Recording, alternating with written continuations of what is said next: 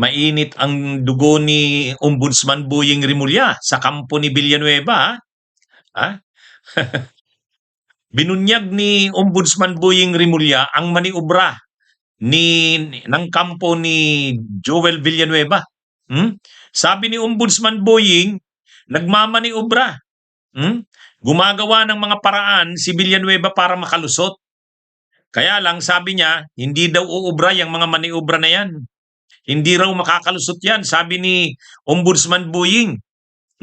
At kakausapin niya raw, hinamon niya ang abogado ni Joel Villanueva na magharap sila.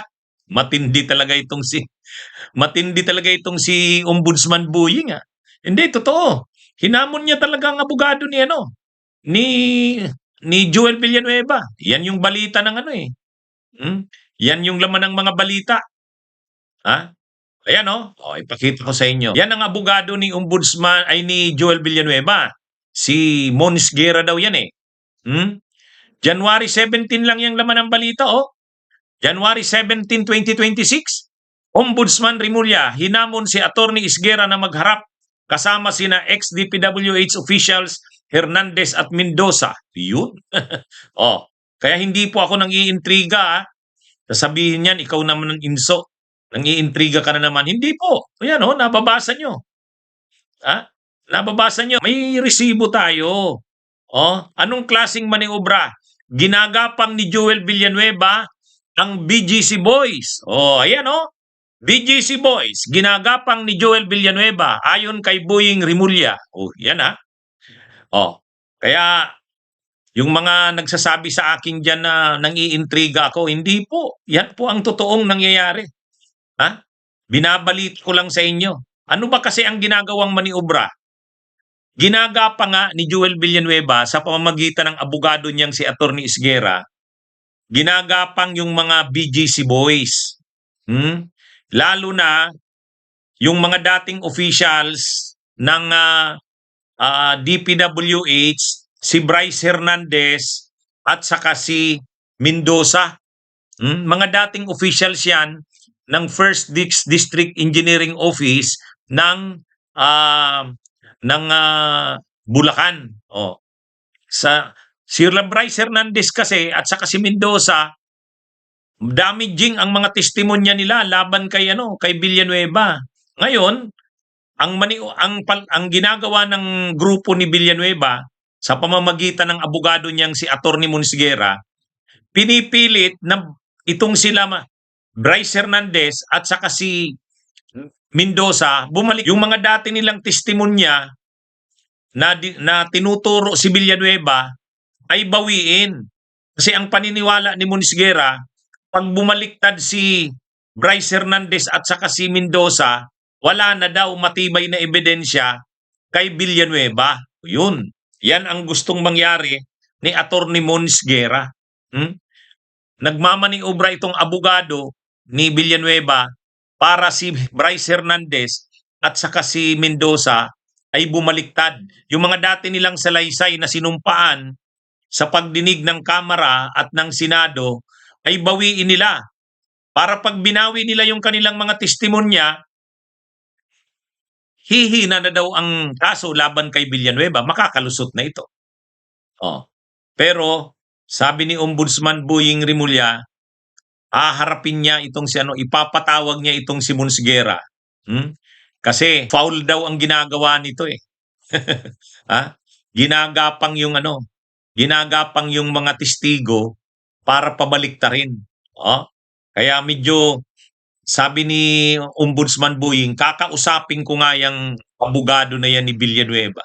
Hindi tama yung ginagawa niya Anyway, ang sabi naman ni Ombudsman Boying Rimulya, hindi lang naman yun yung testigo laban kay Villanueva. Si Alcantara hindi naman bumabaliktad. May mga text messages si Villanueva kay Alcantara. At si Alcantara naman talaga ang tao ni Villanueva. Ang tao naman talaga ni Villanueva ay si Alcantara. Taga Bukawi, Bulacan si Alcantara At marami na tayong naging topics niyan sa vlog na yan na Maraming okasyon magkasama si Villanueva at si Alcantara at maraming palitan sila ng mga messages nila. Humihingi ng 1.5 billion pesos na halaga ng projects si Villanueva sa DPWH. Ang dinadaanan niya, pinapadaan niya yung mensahe niya kay Alcantara. May mga text message, may mga messages siya. Actually, na-present na yan sa hearing ng Senado at ng Kamara. Yung mga messages ni Villanueva kay Alcantara.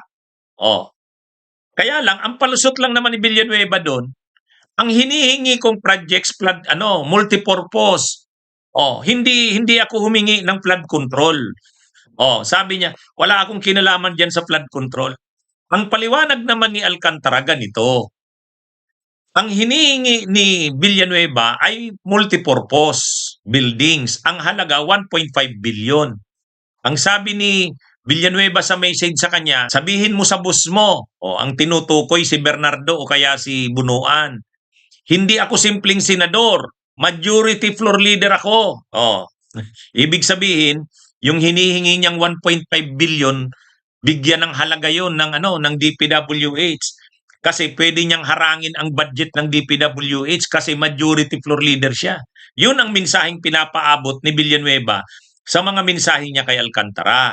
Kaya lang, hindi talaga nabigyan ng 1.5 billion na multipurpose building project si Villanueva. Anyway, alam naman nila na ang gusto lang ni Villanueva makakuha ng kickbacks. Kaya ang ginawang diskarte o remedyo ng DPWH, binigyan si Villanueva ng 600 million. Yun lang daw ang kinaya. Pero hindi multipurpose, flood control. Kaya ang ginawa ni Alcantara, in-implement na ngayon yung projects na 600 million, flood control. Pagkatapos, binigay kay Villanueva yung kanyang kickbacks.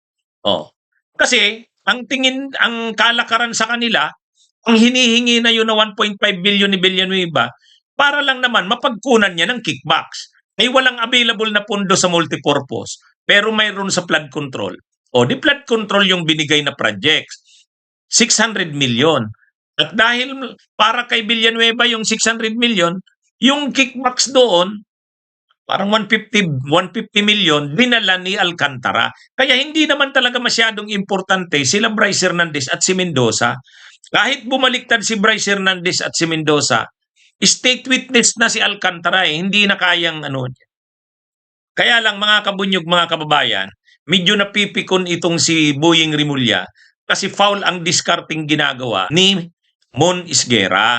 Talagang garapalan daw na ginagapang. Kaya medyo sabi ni Rimulya, ipapatawag niya itong si Mon Isguera, itong abogado ni Villanueva. Kasi nagkakalat na babaliktad na daw si Mendoza at si Hernandez. Wala pa naman daw na sinabi na babaliktad yung dalawa.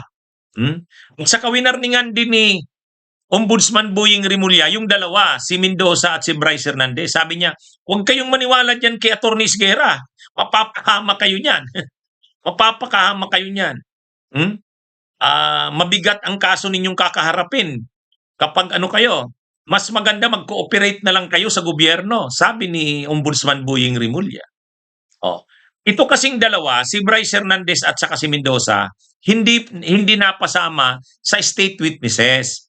Hindi kasama. Bakit? Sabi kasi ni Ombudsman Boying, mabigat kasi ang kaso nila. Sila yung nag-implement, sila yung mastermind ng ghost project Ang nakaisip na gawing ghost projects na lang yon, ito pa lang si Bryce Hernandez at si Mendoza.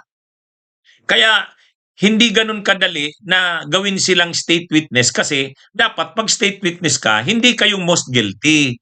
Ay ikaw yung mastermind ng ghost project Parang ganito mga kabunyog, mga kababayan.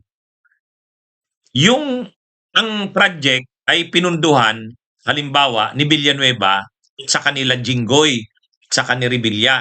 Yung project, kumbaga yung pondo galing sa mga allocables nila Villanueva, nila Revilla at sa ni Estrada.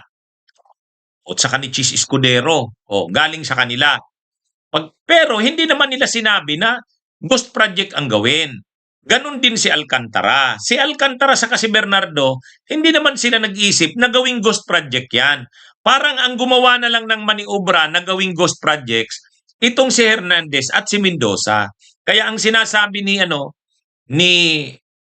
Rimulya, hindi madaling maging state witness sila Hernandez at Mendoza kasi hindi sila yung least guilty. Sila yung most guilty kasi sila yung nagmaniobra na gawing ghost yung project. Sila yung arkitekto na gawing ghost project para mas malaki yung makuha nila. Kumbaga ghost project na yan. Wala nang project implementation. Pero sabi ni Boying Rimulya, kung magko-cooperate sila Hernandez at sila Mendoza at sasabihin nila yung buo nilang nalalaman, pwede pa rin naman silang ilagay sa state witness. Hindi pa naman talaga sila denied. Hindi pa. Pwede pa silang i-consider. Depende sa ilalabas nilang mga information. Kasi mayroon pa daw mga hindi sinasabi. Marami pa daw mga bagay na hindi sinasabi sila Bryce Hernandez at Mendoza. Kaya ito namang si Monsguera, yung abogado ni Villanueva, nakikita niya na parang magbabago ng tono si Hernandez at si Mendoza. Ginagapang niya, minamaniobra. Kaya nalalaman ito ng ombudsman, medyo galit si Rimulya. Kasi namumonitor nilang ginagapang yung mga testigo pinapabaliktad ito yan BGC Boys. Ginagapang ni Joel Villanueva sa pamamagitan ng abogado niyang si Monsguera.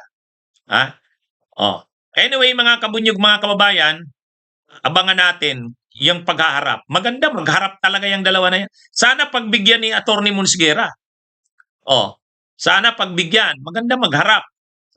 Para, alam nyo, ang taong bayan, sinusubaybayan yan. Ginagawa talaga nila ang lahat para si Villanueva hindi madiin. Gumagawa ng mga hakbang para makalusot. Kaya pala namumonitor natin parang si Villanueva hindi na masyadong pinag-uusapan, gumagapang pala ang abogado. Kaya lang, mabuti na lang, kinukontra ni Ombudsman Boying. Sabi ni Ombudsman Boying, itigil nyo yung mga maniobra nyo na yan, ano yan, ano yung mga ginagawa nyo na yan, unethical yan. Pwede, alam nyo kasi mga kabunyog, yung mga paggapang-gapang na yan, ginagawa talaga yan ng mga abogado. Kaya lang, ginagawa mo yan na hindi yung garapalan. Ay ito, mukhang namumonitor ni Ombudsman Boying, garapalan Garapalan. Ba't kasi naglalagay ng flood control si Jinggoy sa Bulacan? Ba't di sa San Juan? Ano kasi yan? Ang naglagay sa Bulacan, si Bernardo. Ang modus kasi niyan, ganito. Ang may pondo si Jinggoy. Ngayon, wala nang pakialam si Jinggoy kung saan idadala yan. Basta't ang importante, malaki yung kickback niya. Ang alam niyang malaki magbigay ng kickback kapag si Bernardo ang nagdiskarte. Kaya pinaubaya niya kay Bernardo yung kanyang allocables, yung kanyang pondo. Si Bernardo naman, alam niya kung paano magiging malaki ang kickback ng mga senador. Idinadala nila sa Bulacan. Magaling magdiskarte si Alcantara.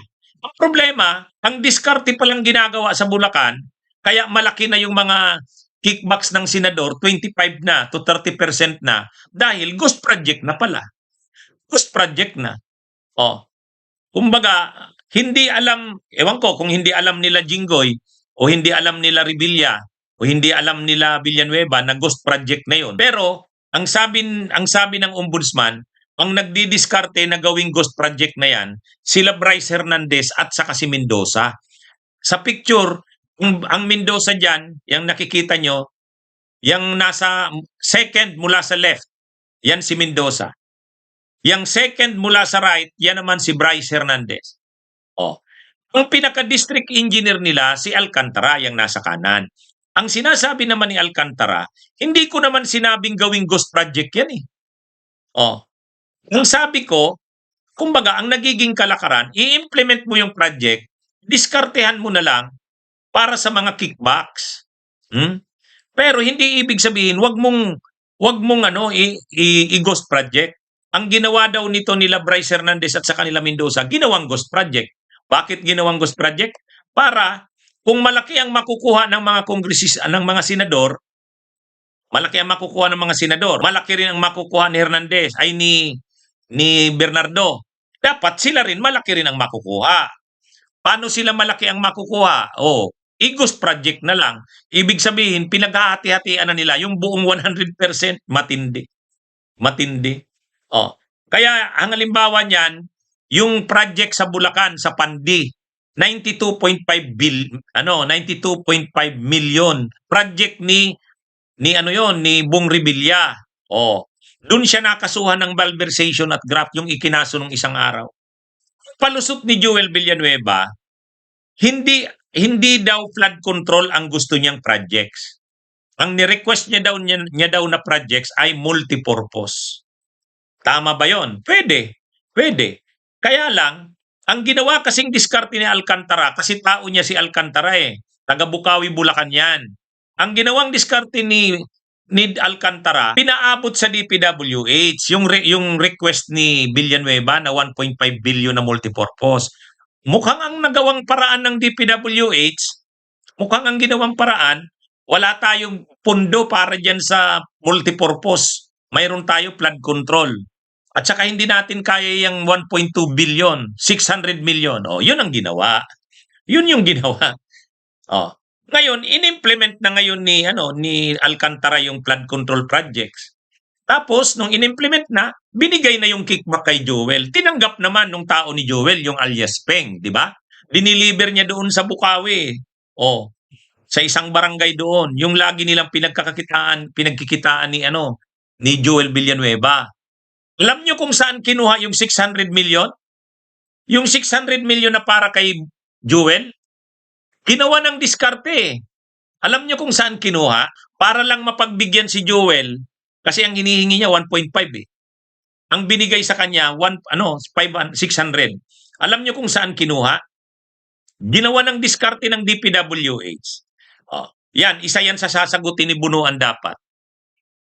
Isa yan sa sasagutin ni Bunuan. Kasi sila Bunuan nang nagdiskarte kung saan kukunin Kinuha sa unprogrammed allocations. Hindi siya kinuha sa NEP. Hindi siya kinuha sa insertions. Hindi 'yun. Wala doon. Kinuha sa unprogrammed allocations. Kaya diyan niyo makikita sino ang nagdidesisyon diyan sa unprogrammed allocations na 'yan. So ang nagdidesisyon diyan, DBM, si Amina Pangandaman. Kumbaga, siyempre pinapaabot 'yan, siyempre ganito 'yan. Ang nangyayari diyan ganito. Si Bunuan magsusumbong 'yan sa siguro kay Amina Pangandaman. Sasabihin niya, "Sek, nagrereklamo si Senator Villanueva. 1.2 billion ang hinihingi, multipurpose daw." Siguro napag-usapan nila. Gawan nyo na lang ng paraan, saan ba pwedeng makuha yan? Kung hindi man maibigay yung 1.2 niya, di gawan nyo ng paraan, magkano bang pwede? Saan kukunin? Siguro naisip nila, saan programmed allocations? Pwede yun. Bigyan natin. Magkano kaya ang pwede? 600 million. Iyon. Yun na yun. Ginawa na ng paraan. 600 million. 600 million. Kaya, nung hinahamon ni Joel Villanueva, saan daw sa insertion sa Kamara yung kanyang 600 million? Wala daw doon. Saan daw sa insertions ng Senado? Wala din daw doon. Saan daw sa insertion sa BICAM? Wala din daw yun. Bakit daw sinasabing mayroon siyang insertions na 600 million sa flood control sa Bulacan? Ngayon, ang nag-reveal niyan, alam niyo kung sino? Alam niyo kung sinong nagturo kung saan yung 600 million niya? Si Ping. Si Ping ang nag-reveal. Kaya nung sinabi ni Lacson, kaya yung mga unprogrammed funds na yan, ngayon ang tanong, sige, tanungin ko kayo, nung kinuha yan sa unprogrammed appropriations, ibig sabihin, ang nag-usap-usap na lang yan, si DBM Secretary Amina Pangandaman. Ginawa na lang ng diskarte yan Sino naman ang kausap? Si Bunuan yan. Kasi nagsumbong si Bunuan nagpaabot Baka magalit si Senator Joel, 1.2 billion ang hinihingi. Saan ba natin kukunin yan? Sabi ng doon na lang sa unprogrammed appropriations, doon na lang kunin yan. Pero hindi kaya yung 1.2. Ano lang, 600 million. Pwede na yan. Tsaka wala tayong funding para sa multipurpose, flood control mayroon. O sige, flood control. O yun na yung nangyari diyan ngayon. Tanungin ko kayo. Kung dinesisyonan yan ni Bunuan at dinesisyonan halimbawa yan ni Amina, pinaalam kaya yan sa presidente o hindi? Kaya bang desisyonan ni Amina Pangandaman yan at ni Bunuan nang hindi alam ng presidente? Hindi, ito lang. Pag-isipan nyo. Ha? Pag-isipan nyo, mga kabunyog, mga kababayan. Ha? O baka si Bersamin ang pinaalam, ang pinaalaman. Ha? Ano to mga kabunyog, mga kababayan? Makikita nyo na dito kung paano talaga ano talaga ang modus nitong mga proyektong ito. Kaya nga dapat ipatawag si Bunuan, ipatawag si Amina, ipatawag si Bersamin. Silang magpaliwanag niyan. 'Di ba? Oh, diyan malalaman kung sasabihin nila, alam naman ng presidente 'to eh. Oh, 'di ba? Diyan yan malalaman. Sa totoo lang. Sa totoo lang. So nakikita nyo paano yung proseso ng budget natin. Yung mga senador nagdi-demand ng kanilang sabi ni Joel Villanueva, pakipaabot sa boss mo. Ibig sabihin yung boss ni Alcantara. Sino ba ang boss ni Alcantara? Di si Bunuan, kipaabot 1.2 billion ibigay sa akin. Multipurpose. Pinaabot naman kay Bunuan. Masakit naman ang ulo ni Bunuan. Saan niya kukunin yung 1.2 billion na yon na multipurpose? Ay di syempre ipapaabot niya sa DBM. Tapos si DBM naman, didesisyonan ba yun ni DBM nang siya lang? Didesisyonan ba yun ng DBM? Didesisyonan ba yun ni Manny Bunuan? Sigurado may nag-usap-usap diyan. Kung sino-sino yan, kayo nang bahala. At nang napagkausapan nila, sabi, hindi kaya yung 1.2 billion, malaki masyado yan. Saka wala tayong pondo para sa multipurpose flood control na lang. Tapos sinabi na, saan kukunin? Kunin nyo na lang saan program appropriations. Yan. Yan mga kabunyog, mga kababayan. Kaya lang, mukhang hindi na pinaalam pinaalam ba ni Alcantara kay Joel Villanueva? Boss, sa tingin nyo, pinaalam ba ni Alcantara kay Joel Villanueva? Boss, 600 million lang ang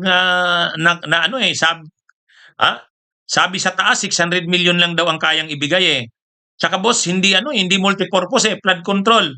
Sa tingin nyo, pinaalam din ba ni Alcantara 'yon? Pinaalam din ba kay Alcantara na hindi na-approve yung 1.2, 600 lang, at hindi multipurpose? Kasi ang rason ni Villanueva, ang hinihingi niya ay multipurpose.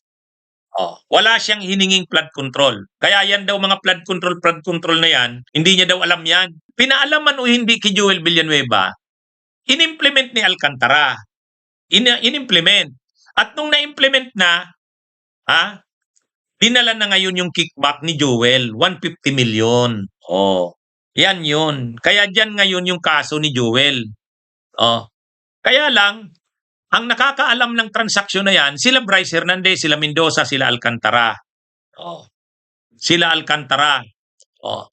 Siyempre, ang nakakaalam pa niyan si Bunuan, ang nakakaalam pa niyan si Amina Pangandaman, ang nakakaalam pa niyan si Yusek Cabral, ang nakakaalam pa niyan si Yusek Bernardo. 'Di ba? Sino ngayon ang nag-umami na tungkol diyan? Si Bryce Hernandez, si Mendoza umami na. Umami na si Alcantara, umami na si Bernardo. Si Cabral patay na. Si Amina hindi pa pinapatawag. Si Bersamin hindi pa. Si Bunuan aatin bukas. Alam niyo, wag na nila tayong paglulukuhin. Ganyan lang naman ang nangyari diyan. Ganyan lang naman ang nangyari diyan, di ba? Kaya lang, tayo kasing mga mamamayan, wala naman tayong ebidensya niyan. Bakit naman tayo hanapan ng ebidensya? Ordinaryo tayong mamamayan, hanapan tayong ebidensya. Kaya lagi sinasabi sa akin, oy, insurrecto, kung may ebidensya ka. Sus naman. Kailangan pa bang i-memorize yan? Ganyan yan. Libre na ba talaga? Lusot na ba talaga si Villanueva? Hindi pa. Sabi ni Ombudsman Boying, hindi pa. Kaya winawarningan niya yung abogado, itong si Monsguera, sabi ni Ombudsman Boying, magharap tayo, Attorney Isguera, yan Ombudsman Rimulya, hinamon si Attorney Isguera na magharap. kasama sina ex-DPWH officials Hernandez at Mendoza. O yan, magharap daw. Kasi namomonitor nga ni Buying, ginagapang yung mga testigo eh. O, yan mga kabunyog, mga kababayan. Bunyog, bunyog, halikan na kasama ka. Bunyog, kapag buklod ay may pag-asa. Luzon, Visayas, Mindanao, isa ang pananaw.